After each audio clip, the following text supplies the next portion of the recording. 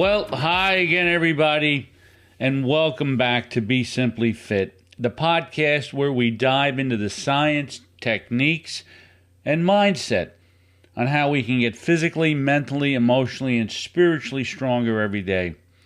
My name's Jim Burns. I'm your host. I am a NASM certified personal trainer, senior fitness specialist, and a silver sneakers instructor. Each episode will focus on you and me because I need to learn all these things as well. So, grab your favorite beverage, get comfortable, and let's talk about how we can all remain simply fit and live a fuller and more vibrant life.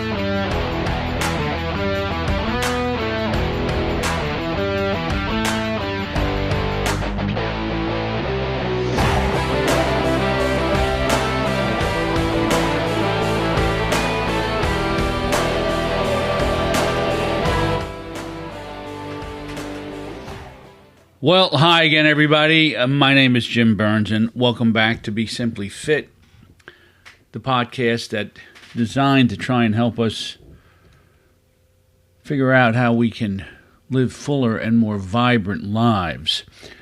We had snow here today, and today's date is February 12th, and there's snow on the ground, and sometimes weather can impact whether or not we can get outside and do our walking.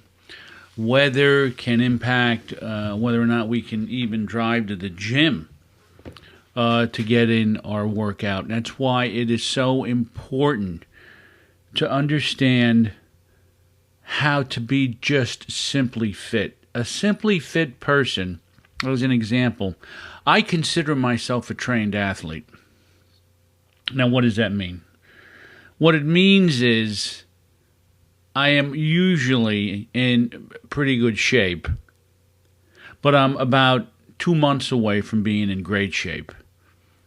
So I take good care of myself. I stay simply fit, but if I really wanted to get to a point where I looked different, felt different, performed differently, I would have to get on a specific diet. I'd also have to get myself trained in a different way, in a more balanced way. Right now, I just enjoy my walking. I enjoy jumping rope. I enjoy some weightlifting. But if I really wanted to get in great shape, I'd have to take on some different exercises with different weights and really put my mind to it for probably and train at least 3 days a week. And certainly, the rule of thumb is you can't out-train a bad diet, and that's very true, very true. You think you're going to exercise and stay in really good shape, you'll be in reasonable shape, but if your diet's bad, it's not going to help. It's not going to help. Now, yeah, it's snowing. I stated that. Some people have what I'll call a seasonal disorder, where the weather just gets to them. They get down. They can't take the short days and the long evenings. When they go to work with the moon. When they come home with the moon. It becomes a drag. It becomes a real drag. And sometimes when that happens, you may find it very difficult to exercise because of the fact that you just don't have the energy. And they call it seasonal affective disorder. We are just down because of the weather, because of the very, very long evenings and so on. And what I wanted to cover today is how mental health impacts our physical health. I mean, how does mental health impact us in terms of our physical health? Well, I just gave you one really good reason why people, from a mental health standpoint, could fall out of shape. It's because of seasonal affective disorder, where the weather just doesn't do them any good. But moreover, we have I'm not going to say it's an epidemic, but we have mental illness in this country that is more people are aware of now than they ever were before. And sometimes we can even fall into the trap of saying, geez, I wonder if I am obsessive compulsive. I wonder if I have attention deficit disorder. I wonder if I'm depressed, and I wonder how I can get rid of this anxiety. We start to ask ourselves some of those questions. And, and as we do that, we could talk ourselves into some things. And I will tell you right now, the smartest thing that you could do if you're experiencing some of symptoms that are tied into mental health, what you're going to find out is you're better off getting diagnosed or going to a therapist or seeing a doctor regarding your state. But what is mental health? What is mental health? Mental health basically is a feeling of well-being. You feel emotionally and psychologically, pretty good.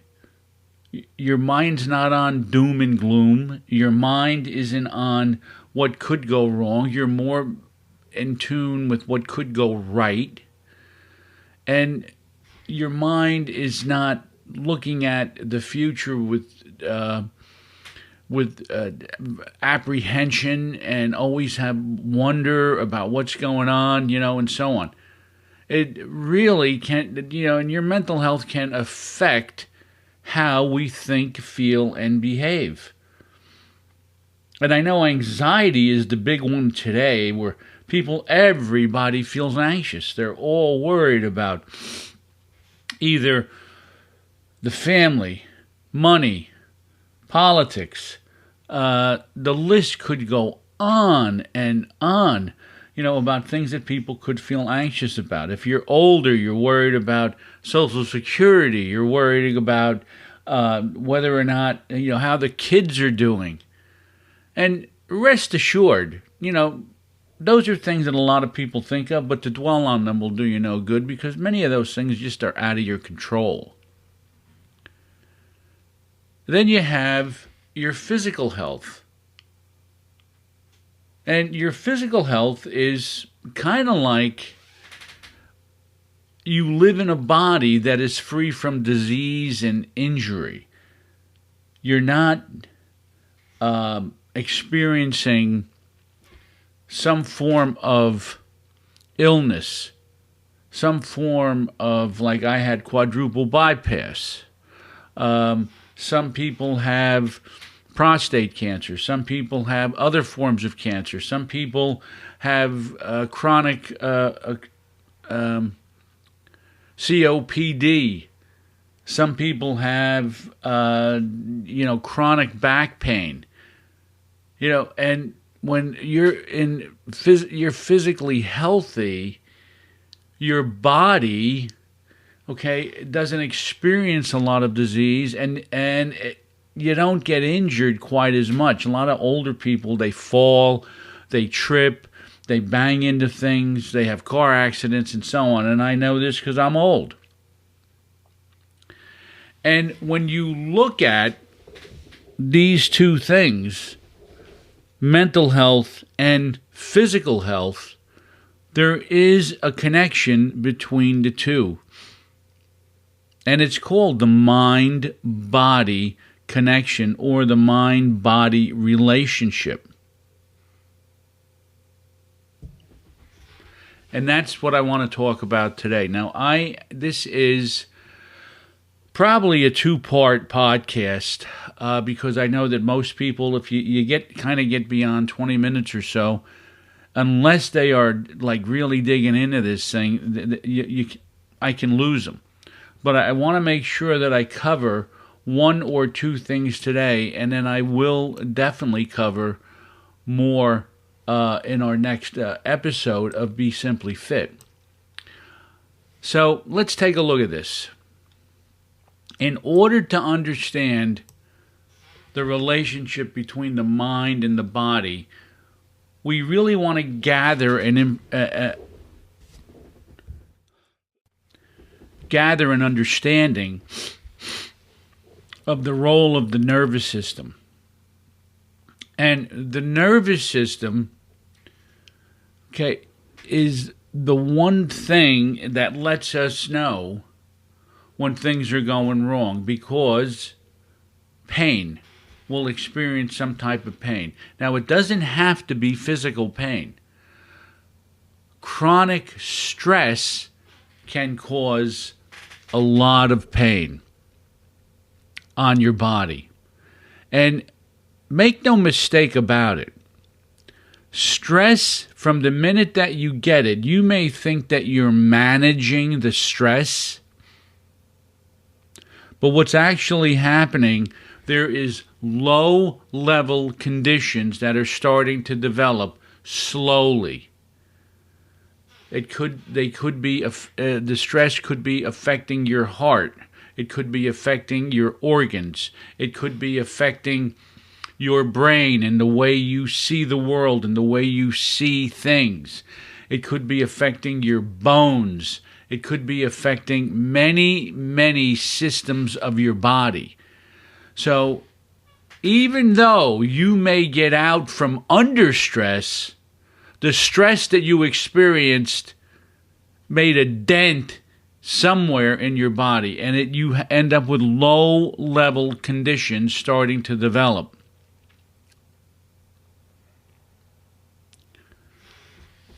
And when we experience that, then all of a sudden we start to get pains in different areas. We wonder what's wrong with us. What's going on? Do I have something that needs to be looked at? And most of the time you can go to a doctor and he won't find it. But something is there, and when they do find it, often it could be, at a point where you're experiencing a lot of pain, or you're experiencing a whole lot of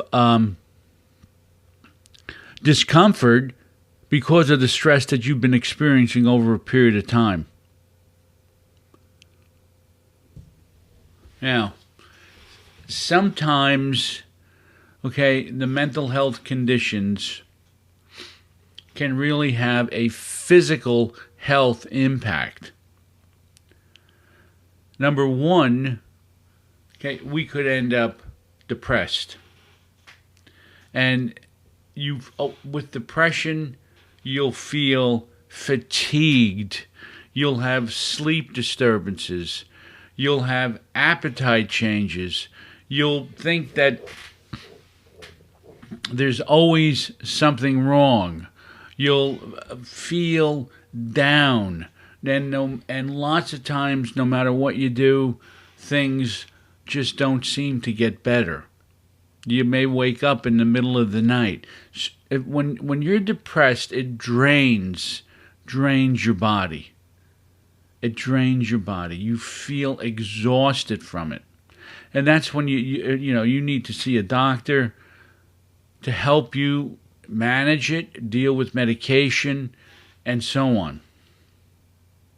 And with depression comes the idea that you could have a weakened immune system, which causes all kinds of other issues to crop up. Cardiovascular disease, you get colds more often, you don't feel well, and so on. Now, all of these things that I'm talking to you about can be remedied to a degree with exercise. And remember, we are Be Simply Fit. We are Be Simply Fit. Simply. What does that mean? Walking, light weight training, light band work. And it seems like whenever we end up with a mental health issue, and I don't mean a diagnosed one, it's just like when we feel down, we end up losing our energy. And it could be because of something that's happened in a relationship. It could be something that's happened with your children. It could be something that's happened on the job. Whatever the case may be. And if you allow yourself to stay in that funk, and I'm not saying it's easy to get out of. If you need medication to get out of it, please do. What will happen is you will exercise less because you're down in the mouth so much that you lose your energy and it becomes difficult to exercise. And the double-edged sword here is the way you get your energy back, or at least put a little extra gas in the tank, is through exercise. And that's why exercise is so important. It helps mitigate a lot of the conditions that we experience because of mental and emotional illness. I am not suggesting that this is the only way. Many people have issues that are so large they need to see a doctor, they need to be on medication, they need help, they need therapy, they need a host of different things. But what I am saying is, if you include exercise in the mix, it'll help all those other things work far better. The other piece that we have here is, and it kind of goes along with depression, because sometimes I don't know if people can understand if they are depressed or if they are just suffering from anxiety. And people who have anxiety usually end up with high blood pressure, they end up with digestive problems, and they end up feeling like there's issues that are going on that are absolutely impossible to deal with. They have knots in their stomach all the time.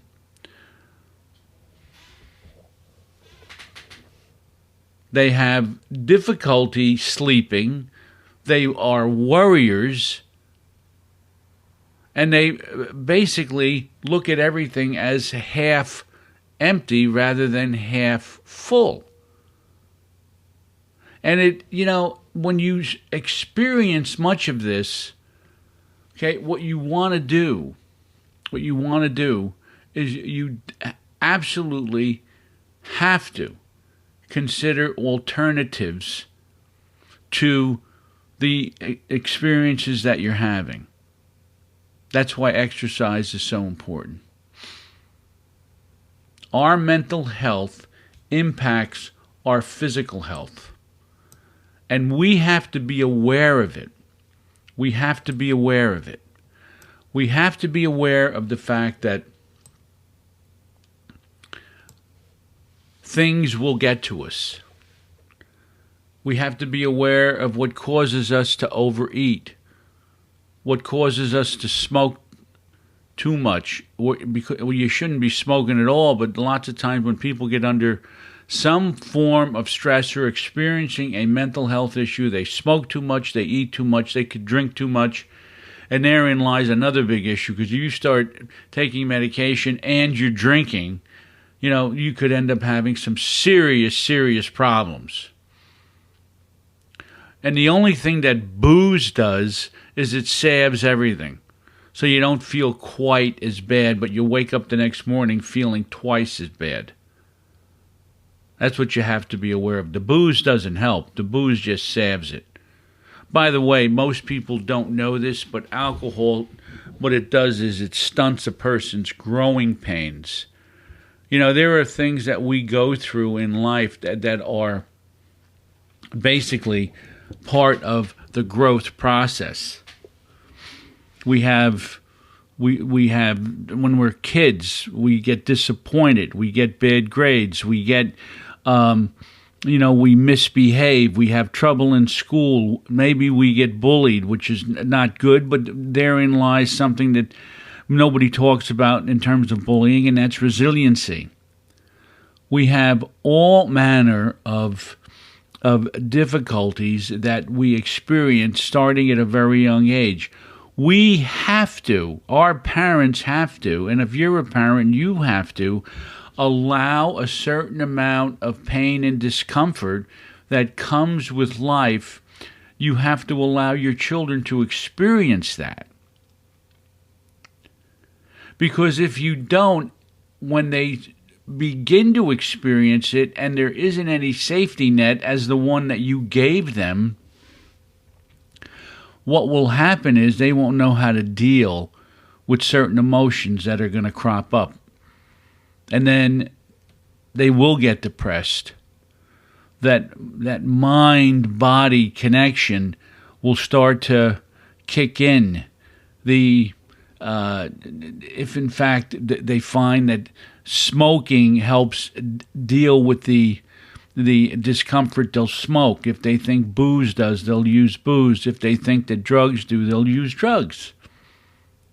But if they experience disappointment and emotional pain at a very young level, and they start to grow and realize it's part of life, less of the anxiety and depression will seep in, and they'll be able to stand tall and deal with certain issues. And these are things that no one talks about in school. We want to remove pain when in fact we need to allow children to experience some of that pain. It's the only way that they can grow physically and emotionally and mentally. So don't just think that by providing this giant safety net and protecting your kids from certain painful situations that you're doing them a favor. You're actually helping them grow, and they have to grow. Because if they don't, they'll get older, they'll move through life, and they won't understand why, they are experiencing some of the physical pain that they're dealing with, and that's simply because it's completely tied into their body's inability to deal with mental and emotional issues. Now, you think about why some kids are so depressed today. It has a lot to do with the fact that they don't know how to deal with some of the more simple things in life, like how to get along with a classmate, how do I deal with my schoolwork, what happens if I get cut from the baseball team? All of these things are just part of life, and they follow us wherever we go. And we have to be ready for them, and we have to make our kids ready for them. The biggest thing I will tell you is that if you have a kid who is, or a child who is experiencing mental health issues, certainly get them help if they need it, but understand that staying and looking at their phone and staring at their phone and staring at chatting and using social media as a way to salve some of the pain that they're experiencing, it doesn't work, because social media at times will only make the fire a whole lot bigger, and they'll keep throwing logs on the fire, because all of a sudden they're going to start hearing things, and then before you know it, somebody's talking about them, and they can't. Then they won't be able to manage the emotion associated with that. If in fact you have something like that going on, get them out of the house. Get them moving around. Take them out. Take them to the store. Take them out and say we're going for a walk. Make them walk the dog. They have to be active. Activity is one of the best things when it comes down to dealing with some forms of anxiety and depression. If you're having sleep disturbances and you can't sleep, tire yourself out through exercise and you'll see that you'll sleep a lot better at night.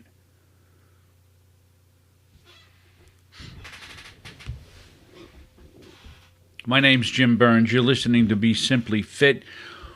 We're going over how our mental health impacts our physical health and some of the things that we can do to help deal with mental health issues so that we then can become healthier physically. Now, if you're an adult and you've never experienced a lot of stuff when it came down to disappointment, job loss, relationships, breakups, dating, whatever the case might be, what you have to do is you have to go back to the fork in the road.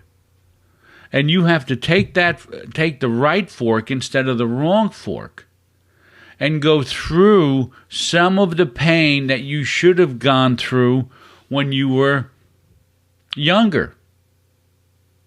Because if you don't, the pain only gets worse.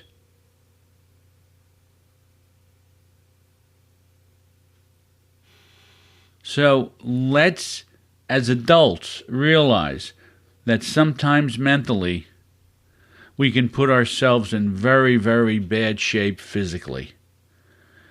And do your best to get out there, exercise, walk, and move around.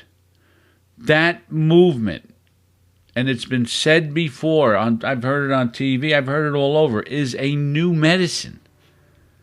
It's something that we need. It's something that is will save you a lot of pain going forward in your life. You've all heard the story of, and if you haven't heard it, go to the website, besimplyfit.net, and read the story about how I trained for a quadruple bypass and what the doctor said to me when they got through cutting me open and repairing my heart. And you'll see what exercise did for me. It is critical. It's critical to move around, exercise, and how it affects your mental state and your emotional state. We're going to continue this podcast in our next episode of Be Simply Fit. Okay, my name is Jim Burns. I hope you have a wonderful day. It's 11:26 on February 12th, 2025. Only 2 days till Valentine's Day. Don't forget to get your wife or your girlfriend or your boyfriend or your partner, a Valentine's gift. Even a card can make somebody feel really good. Don't forget holidays. Write letters to your children if necessary to let them know how much you love them. That'll make you feel pretty fit from a standpoint of mental health. That always helps. Writing letters will basically set the stage for you to become more grateful and have greater love for those that are around you. My name's Jim Burns. Thanks for listening to Be Simply Fit.